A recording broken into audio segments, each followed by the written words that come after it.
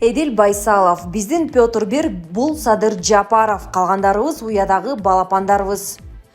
Министрлер кабинетинин төрагасынын орун басары Эдил Байсалов Новые лица басылмасына интервью берген. Ал Улуу Британиядагы кызматы жөнүндө айтып берип, акыркы саясий окуяларга өз баасын берген.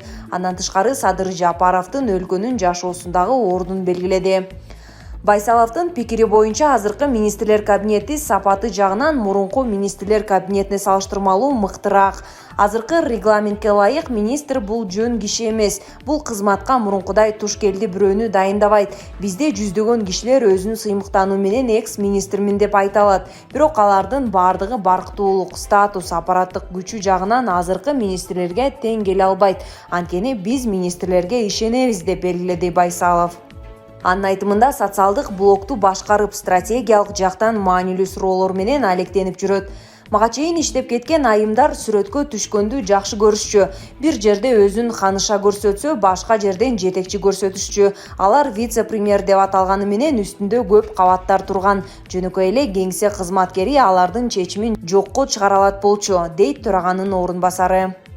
Андан тышкары Байсалов саламаттыкты сактоо министри Алымкадыр Бейшеналиевдин ишине да баа берди.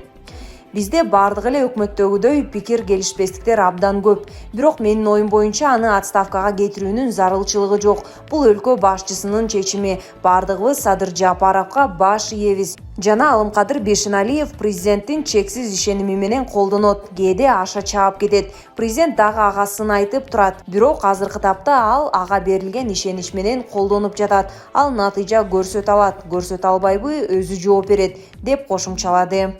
Министрлер кабинетинин төрагасынын орун басары Бейшеналиевдин өзүн Петр Бирге теңегени боюнча да комментарий берип, бир аз ыксыз салыштыруу болуп калыптыр. Биздеги Петр Бир бул Садыр Жапаров, ал эми биз Садырдын уясындагы балапандарыбыз, деп Байсалов белгиледи. Булак Назарньюз, Чекиторг.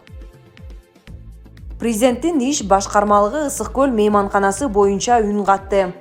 Президенттин иш башкармалыгы Ысык көл мейманканасынын имаратын демонтаждоо иштеринин себебин билдирди. Расмий маалыматта Ысык көл мейманканасы көп жылдан бери колдонулбай, эскирип жана авариялык абалда. Бул имаратты мындан ары пайдалануу кооптуу жана мүмкүн эмес. Ал гана эмес, ал башкаларга коркунуч туудурат. Сырты курчалганына карабай, шаардыктар аймагына кирип кеткен учурлар көп. Имарат урап кетиши мүмкүн жана мейманкана аймагында жүргөн адамдар жабыркап калышы ыктымал. Аны кайра калыбына келтирүү үчүн дээрлик жаңы имаратты курууга чыгымдалчу сумма талап кылынмак, деп айтылат.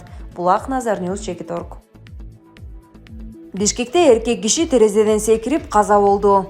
Бүгүн 24 декабрда саат 13:00 чамасында Бишкек шаарынын жылуулук электр борборунун жанындагы 5 кабаттуу үйдүн терезесинен 45-50 жаштар чамасындагы эркек киши секирип кеткен. Ал көз жумду. Бул тууралуу Кактус медиа редакциясына күч түзүмдөрүнүн кызматкерлери билдиришти. Учурда милиция кызматкерлери окуя болгон жерде. Окуянын себептери жана жагдайлары иликтенип жатат. Булак Кактус чекиткейжи. Бишкекте президенттик балаты болду. Президент Садыр Жапаров бүгүн 24 декабрда балдар үчүн уюштурулган жаңы жылдык балатыга катышты. Иш-чара Токтогул Сатылганов атындагы Кыргыз улуттук филармониясында өттү. Бул туурасында өлкө башчынын басма сөз кызматы билдирди. Маалыматка караганда, иш-чарага өлкөнүн бардык аймактарынан 8 жаштан 14 жашка чейинки 1100 бала чакырылды. Анын ичинде окуунун отличниктери, олимпиадалардын, эл аралык сынактардын жана турнирлердин жеңүүчүлөрү, балдар үйлөрү, Ооганстандын кичи жана улуу Памириндеги этникалык кыргыздардын, укук коргоо органдарынын кызматкерлеринин балдары жана кызматтык милдеттерин аткарууда курман болгон аскер кызматчылары, аз камсыз болгон үй бүлөлөрдүн балдары, ошондой эле ден соолугунун мүмкүнчүлүгү чектелген балдар жана башкалар. Балдарга бий топторунун тарбиялануучулары тарабынан даярдалган бакыт аралы жаңы жылдык оюн зоогу көрсөтүлдү. Жаңы жылдык спектаклден соң президент Садыр Жапаров балдарды келе жаткан жаңы жылы менен куттуктап, аларга ден соолук жана окууларына ийгиликтерди каалады. Иш-чара аяктагандан кийин өлкө башчысынын атынан балдарга белектер тапшырылды. Булак репортер Чекиткейжи. Рамзан Кадыровдун Эрдоганды коркутуусу Түркияда чоң резонанс жаратууда. Чеченстандын башчысы Рамзан Кадыров Түркиянын Кожаэли провинциясында Жохар Дудаев атындагы сейилбактын ачылышына кескин реакция кылып, Түркиянын президенти Реджеп Тайип Эрдоганга кайрылуусу Түркияда кеңири резонанс жаратууда. Бул тууралуу чет элдик басылмалар жазышты. Маалыматка ылайык, Рамзан Кадыров өзүнүн телеграм-каналында Чеченстандын биринчи президенти Ичкерия Дудаевди миңдеген жай тургундардын өлүмүнө катышкан террорист деп атаган. Буга байланыштуу сейилбак ачылгандан кийин ал Анкараны террорчуларды колдойт деп айыптаган. Мен Түркиянын президенти Реджеп Тайип Эрдоганга ачык кайрылам.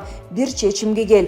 Же террористтерди ачык колдогон мамлекет статусун аласың, же ишенимиңди өзгөртпөстөн Орусия менен ачык айкын жана чынчыл мамилени жакшыртасың, деп жазган Чеченстандын башчысы. Буга жооп кылып Кадыров Күрдистан жумушчу партиясынын негиздөөчүсү, Түркиянын түрмөсүндө өмүр бою эркинен ажыратылган Абдулла Ожаландын атын Грозный шаарында түбөлүккө калтырам деп коркуткан. Мындан улам Түркиянын бир катар ЖМКлары Кадыровдун сөзүн коркунуч катары баалап, Күрдистан жумушчу партиясынын лидери Абдулла Ожаланды террорист деп атаган. Өз кезегинде Орусия президентинин басма сөз катчысы Дмитрий Песков түрк бийлигинин Дудаевдин атын сейилбактардын бирине ыйгаруу чечимин Чеченстандын тургундары үчүн оор деп атаган. Бул Кадыровдун абдан эмоционалдуу, бирок түшүнүктүү реакциясы. Түркиядагы сейилбактардын бирине террористтин ысымы ыйгарылган. Албетте, бул бардык Чечен Республикасы үчүн өтө оор көрүнүш. Ошондуктан мындай эмоционалдык реакцияны түшүнсө болот, деген Песков. Булак супер чекитке ийже. Рахмон эл уюлдук телефонду ашкере пайдаланып жатат деп сындады. Тажикстандын президенти Эмомали Рахмон 21 декабрда парламентке жасаган жылдык кайрылуусунда калктын уюлдук телефонду ашкере пайдалануусуна каршылыгын билдирип, жарандардын байланыш каражатын колдонуу маданиятын кайра карап чыгыш керек экенин кошумчалады.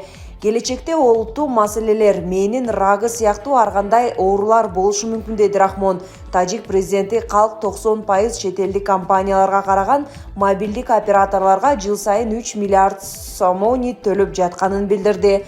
Бул аз каражат эмес. Бул акчага биз Рогун ГЭСинин курулушун бүтүрмөкпүз, деген Рахмон өспүрүмдөрдү балдарды смартфондордон уголак кармоого чакырды. Эксперттер белгилегендей, Тажикстанда уюлдук байланыштын жана интернеттин сапаты чөлкөм боюнча эң сапатсыз. 2016 жылы өкмөт алдында бирдиктүү коммутациялар борбору түзүлгөн. Ал мекеме аркылуу бийлик өлкөдө мобилдик байланышты жана интернетти тескей алат. 3 сааттык кайрылууда Эмомали Рахмон билим берүү, саламаттык сактоо, өндүрүш жана банк тармактарында сынга алды. Булак Азаттык чекит.org.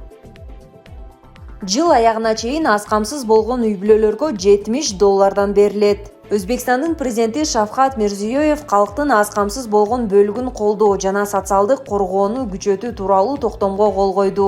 Бул тууралуу президенттик администрацияга жакын Нигох телеграм каналы кабарлады. Документке ылайык, быйыл декабрда төмөнкү категориядагы үй-бүлөлөр 800 000 сум өлчөмүндө бир жолку материалдык жардам алышат. 2021 жылдын ичинде темир дептердеги тизмеге кошулган үй-бүлөлөр 18 жашка чыга элек баласы бар жана багуучусун жоготкону үчүн пенсия же жөлөк пул алып жаткан үй-бүлөлөр, 18 жашка чыга элек майып балдары бар жана жөлөк пул алып жаткан үй-бүлөлөр. Булак.com чекит пресс.